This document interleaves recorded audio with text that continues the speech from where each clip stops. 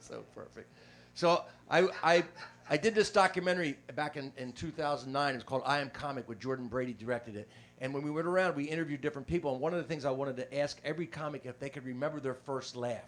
So we were interviewing, at the time, he was 95 years old, Professor Irwin Corey. If you remember Professor Irwin Corey, right?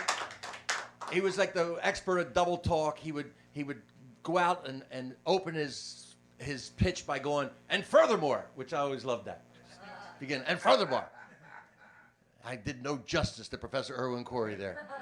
But anyway, we were interviewing him in his house, and I just go to Irwin Corey. I say, do you remember your first laugh? He doesn't miss a beat. He says, 1922, the New York Jewish orphanage. And he does this poem that he said in that class that got a laugh, this funny little poem. He remembered it. He did it, and I thought, myself, I remember my first laugh. I think every stand-up comic remembers the first laugh. And I was in first grade, and my friend Stephen Rowley was sitting next to me, and he was drawing a boat. And he had put the water line in, and he was drawing the bottom of his boat, and below the water line, he punched his pencil too hard through the paper. And I said to him, got a leak cap? And he laughed so loud, we both got sent to the front of the room.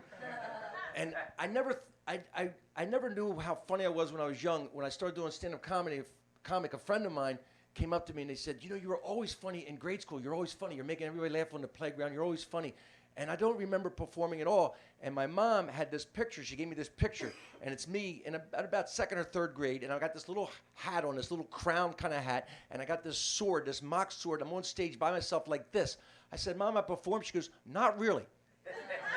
I go out. She goes, you're in this play. You came out. You raised the sword. You're supposed to say something. You forgot what you're supposed to say. You stood there. The teacher yelled out the line. You didn't even repeat the line, and you walked off.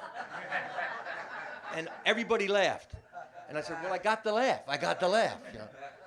So I never thought of myself as a performer. In fact, I was not a performer. And I remember I ran for a student council office in high school. And I was sitting up there. I had prepared this speech. And the guy before me, the guy in front of me, he was very funny, Bill Hoyman. He was very funny. He did a very funny speech. And I got real intimidated. I go, I didn't prepare anything funny. I didn't know you could be funny. I thought you were supposed to be serious. We're running for, like, student council president, man. I didn't know you could be funny. He was really funny. I had the whole place laughing. And I got so intimidated. I walked up. I looked at my speech. I lost my spot. I started tears coming to my eyes. I looked at the crowd. I just went, well, vote for me. And I sat down.